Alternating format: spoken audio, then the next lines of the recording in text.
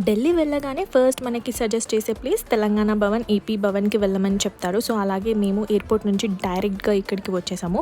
ఇక్కడ చూస్తే ఈ స్నాక్ షాప్ మా డ్యాడీకి చాలా ఫేవరెట్ అనమాట ఈ స్నాక్స్. సో, అలా లోపటికి వెళ్తే అక్కడ అట్మాస్ఫియర్ అంతా చాలా పీస్‌ఫుల్ అనిపించింది.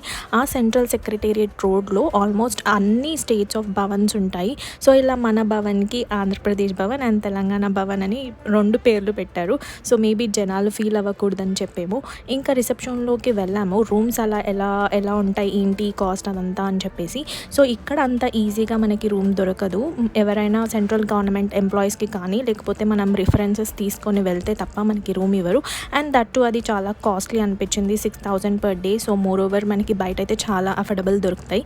అండ్ ఇక్కడ ఫుడ్ అయితే చాలా ఫేమస్. సో, అందుకని చెప్పి ఫుడ్ అయినా టేస్ట్ చేద్దామని వచ్చి చూస్తే ఇక్కడ ఫుల్ జనాలు చూస్తున్నారు కదా ఎంతమంది ఉన్నారో. ఆల్మోస్ట్ 1 అవర్ పట్టింది మాకు లోపలికి వెళ్ళడానికి.